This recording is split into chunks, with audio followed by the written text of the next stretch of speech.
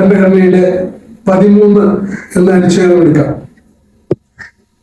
13(2) എന്ന അനുച്ഛേദത്തിൽ പറയുന്നത് ഭാരതത്തിലെ ഒരു പാർലമെന്റോ അസംബ്ലികളോ ഒരു നിയമ നിർമ്മാണ സഭയും ഭരണഘടനയിലെ വ്യവസ്ഥകൾക്ക് വിരുദ്ധമായി ഒരു നിയമവും ഉണ്ടാക്കരുത് എന്ന് മാത്രമല്ല, അത്തരത്തിലുള്ള നിയമങ്ങൾ ഉണ്ടാക്കിയാൽ അത് അസ്ഥിരപ്പെടുത്താവുന്നതാണ് എന്നും പറയുന്നു. അങ്ങനെ അസ്ഥിരപ്പെടുത്താനുള്ള അധികാരം, പൂർണ്ണ അധികാരം കൊടുത്തിരിക്കുന്നത് 32(226) എന്നീ അനുച്ഛേദങ്ങൾ പ്രകാരം സുപ്രീം കോടതിക്കും ഹൈക്കോടതികൾക്കുമാണ്. എത്രയോ കാര്യങ്ങളിൽ അത്തരത്തിലുള്ള അസ്ഥിരപ്പെടുത്തലുകൾ ഉണ്ടായി. ചിലപ്പോൾ നിയമം ഒട്ടാകെ അസ്ഥിരപ്പെടുത്തിയിട്ടുണ്ട്.